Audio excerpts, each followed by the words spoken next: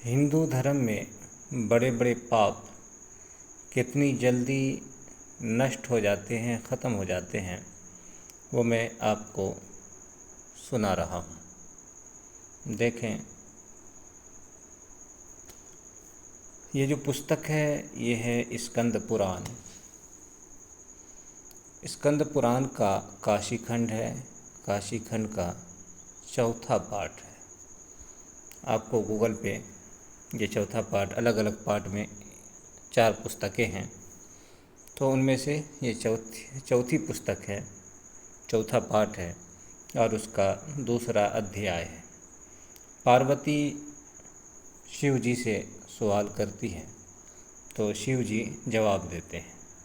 ऊपर देखें, पार्वती ने कहा, नीचे है महादेव बोले, हे अपर्णे, मैं केदारेश्वर की कथा कहता हूँ, श्रवण करो, सुनो। इसके सुनने से पापी भी तुरंत ही निष्पाप हो जाता है, सुनने से ही। ये कथा ये है 2 मिनट की कथा है।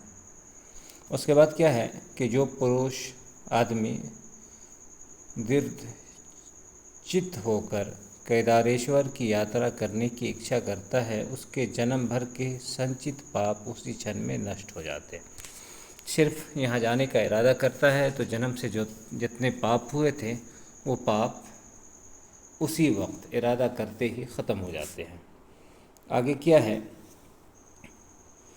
और जो कोई केदार यात्रा के लिए घर से निकल पड़ता है, उसके तो 2 जन्म के उपर्जित पाप भी शरीर से अवश्य ही निकल भागते हैं। इनके यहाँ जन्म चलता है, एक जन्म हर इंसान मरता है, जन्म लेता है, तो वो चीज़ें चल रही हैं। आगे है कि एवं जो कोई आधा मार्ग साध लेता है, उसके 3 जन्म के पाप देह रूप गेह से बाहर हो लेते हैं। और आगे है, यदि कोई घर में भी रहकर संध्या समय 3 बार केदार का नाम ले लेवे, उसे केदार की यात्रा का फल निश्चय मिल जाता है, सिर्फ नाम ले लेने से।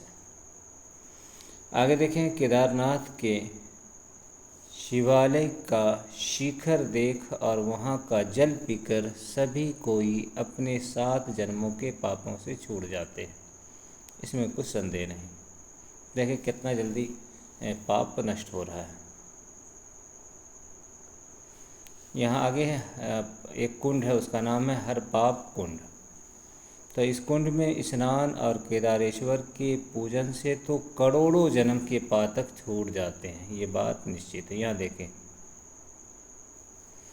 यहाँ इस कुंड में एक कुंड है, कुंड कहते हैं एक छोटा सा कोई चीज़, छोटा सा हो जिसमें पानी उन्हें गिर रहा हो, गड्ढा हो उसमें पानी गिर रहा हो, तो ये कुंड है। इसमें स्नान कर ले और केदारेश्वर जो देवता है उसकी पूजा कर ले तो करोड़ों जन्मों के पातक कहते हैं, बड़े पाप को, जितने बड़े पाप हैं वो करोड़ जन्म में जितने भी पाप हुए वो सारे पाप फौरन छूट जाते हैं।